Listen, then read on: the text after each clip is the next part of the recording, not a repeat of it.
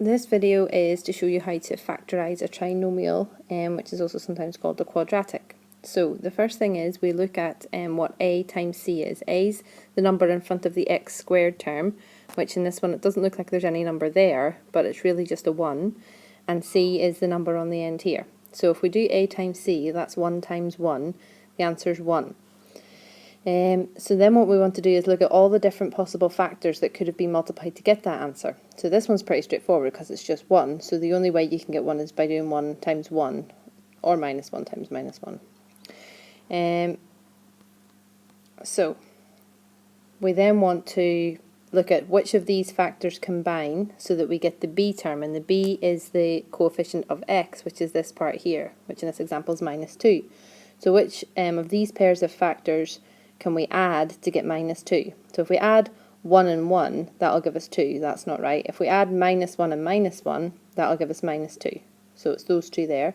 And then we use that to split up our middle term. So our next line is going to be x squared. And then we're going to use that minus 1 to write minus 1x.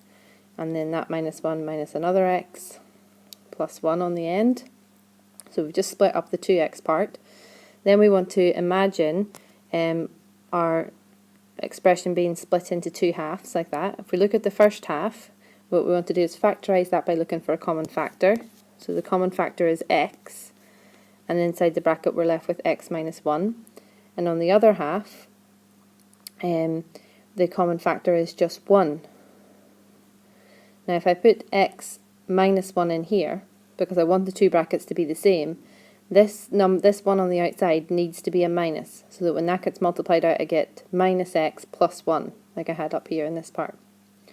So now to find our final answer, the two brackets should be the same, and that's one part of the answer, so x minus 1, and then the other part of the answer comes from this bit and this bit, which coincidentally is also x minus 1. So this factorisation actually led us to a square bracket, because we could actually write that like that. Let's look at this next one. So again, a is really just 1 still at the beginning there, and c is minus 20. So we're looking at the factors of minus 20, and we're looking for two factors that are going to combine to give us minus 8. So you might be able to get in the habit of starting to just think what those are in your head instead of writing them out. So to get 8, we can do 2 and 10. What else have we got for 24 and 5? So 2 and 10 are going to combine somehow to get 8, but we want it to be minus 8. So the best way to get minus 8 is to do 2 take away 10. So to get minus 20, we want to do 2 times minus 10, and then those two factors will combine to give us the minus 8 in the middle there. So that allows us to split up our middle term. So the expression now becomes h squared, still the same, minus 10h plus 2h, because the 2 is positive, minus 20. And it doesn't matter whether you wrote plus 2 first or minus 10 first, it'll still work out. Then if we look at it in two halves, in our first half we've got a common factor of h, so h minus 10 in there. And in our second half we've got a common factor of 2.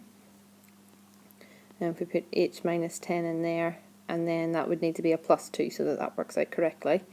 And then we've got both brackets the same, so that's one part of the answer, h minus 10. And then the other part comes from the h and the plus 2, so h plus 2.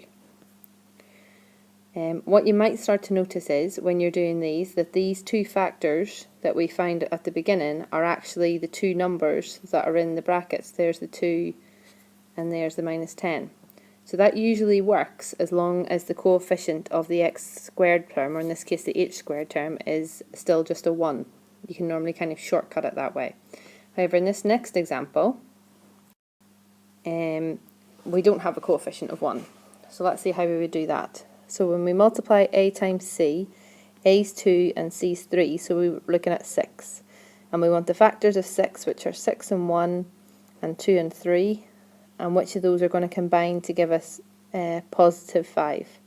Now this is interesting, because in this is a really special case of trinomial, because they actually both combine to give positive 5. You could do 6 take away 1, or you could do 2 add 3. However, remember, if we did 6 take away 1 and change that to a minus 1, when they get multiplied, that would change that 6 to a minus 6. which we don't want. We want it to be positive 6.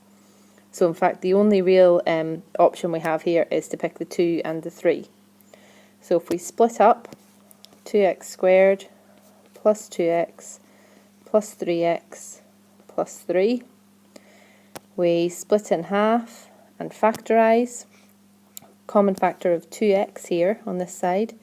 We've got x plus 1, and then we've got a common factor of 3 on this side, and again x plus 1.